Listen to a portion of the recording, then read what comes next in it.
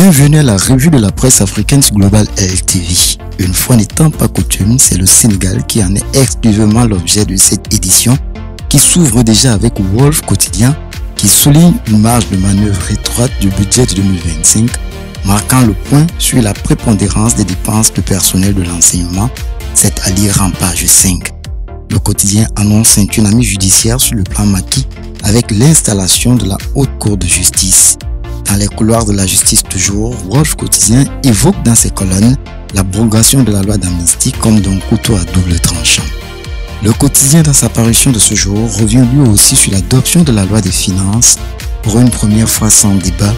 En grande une, on y lit le budget acquis à 86,6. Il y est indiqué sur le sujet que Sonko a fait une lettre à l'Assemblée pour engager la responsabilité du gouvernement. Taku, en réaction, indique que c'est le PM qui devait se présenter devant les députés.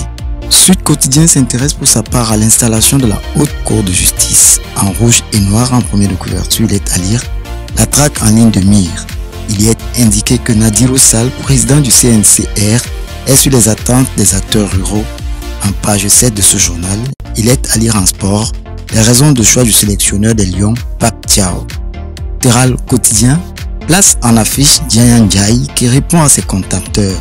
En grande une, dans un extrait de sa réaction, on dit « Il n'y a pas d'ambiance de bamboula au Kojoj. Avec poursuite, on essaie souvent de nous entraîner dans des procès en sorcellerie. On sait d'où ça vient, toutes ces officines d'Infox. » Sur la crise migratoire, Terral Quotidien indique que les îles Canaries sont débordées par l'arrivée de plus d'1 millier de migrants en quelques jours. Vox Populi, lui aussi sur l'Assemblée nationale, titre sur la Haute Cour de justice désormais fonctionnelle.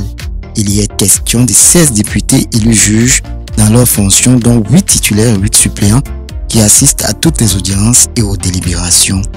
Le journal revient aussi sur le moment de clarification du président Dian Ndiaye suite à des accusations de Barthélémy Dias contre le Kojoj, le NIOS et leur président.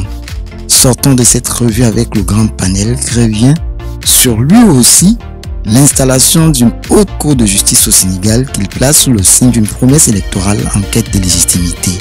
Le journal fait aussi évocation de la situation financière du Sénégal en 2024. Il est à lire à ce sujet dans ses colonnes une conjoncture économique controversée. Voilà qui referme cette édition. Merci de l'avoir suivi comme vous le faites pour tous nos programmes sur nos plateformes digitales sur le bas de votre écran. Aux prochaines parutions.